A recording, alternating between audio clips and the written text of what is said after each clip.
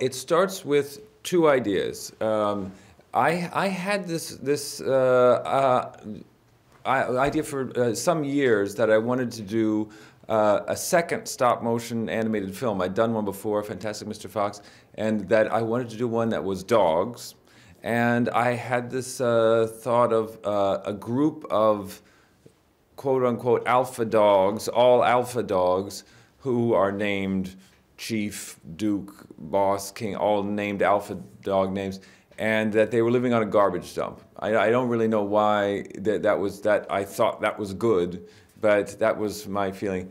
And I brought this to Jason Schwartzman and Roman Coppola, my old friends, two of my closest friends, and we've worked together before on other stories, and told them, and we started talking about it as something to write together, and we quickly brought in the idea. We had talked before about wanting to do something in Japan, and we sort of smashed these two things together.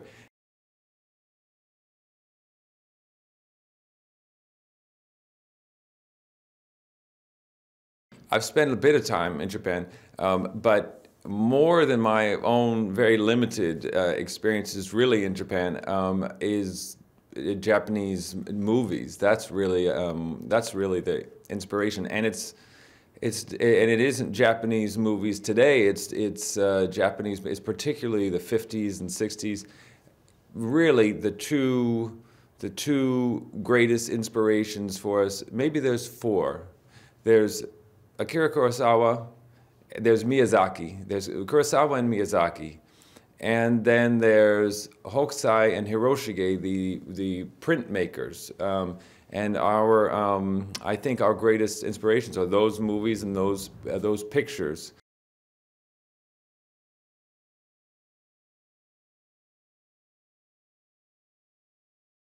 The setting is the city of Megasaki, 20 years in the future.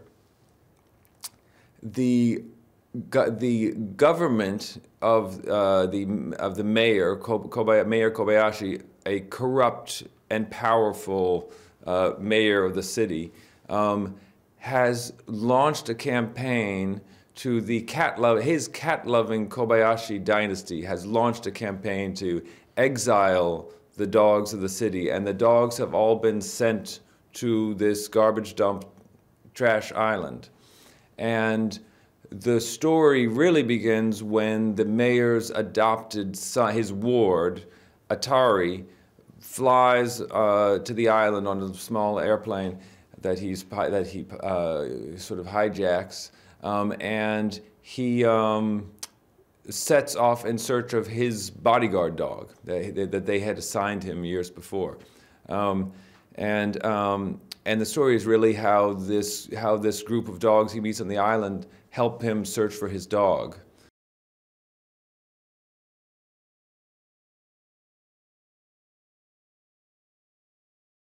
We found this boy, Koyu Rankin, and Koyu, the character's 12 in the script. Koyu was actually 8.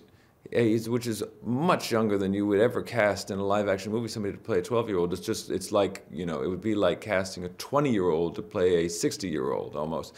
The years make such a difference at that age. But he had a great, he just has a great voice. The puppet we ended up designing is, I think, inspired by his performance, really. It's inspired by the way he did the character. And I feel like it affected every step of what we did from the moment we recorded him.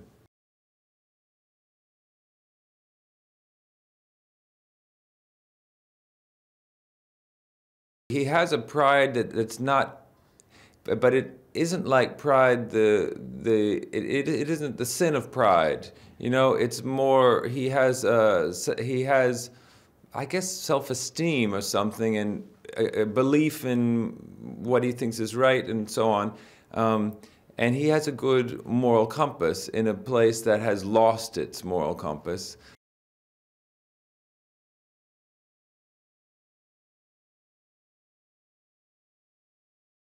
It's a certain kind of animation because it's with a puppet like these dogs.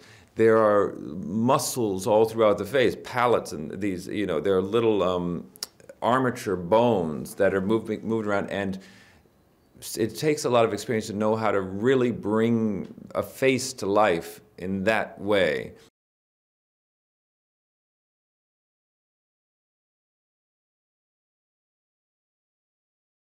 The thing I enjoy in particular about working with the actors for a movie like this is you use the rehearsal. I mean, once they say it in any context, you have it. It's not like there's no set. Nothing has to be technically right except that the microphone, except that somebody had pressed record, basically. And you can use a half a sentence of this, you can use anything anybody says, and we edit it and work with it, and we animate to it, and we use it. So there's such freedom in the way that, you're capturing the performances. It's particularly suited to stop motion because when you're animating a puppet to something that sounds, it's such a prepared kind of medium, but when a puppet seems to be reacting to something totally spontaneous, even though if you track it back, you realize they had to have this spontaneity a long time before they were animating it, but it still kind of somehow stays in there. That's oddly the thing I like the most about stop motion animation performances, the spontaneity.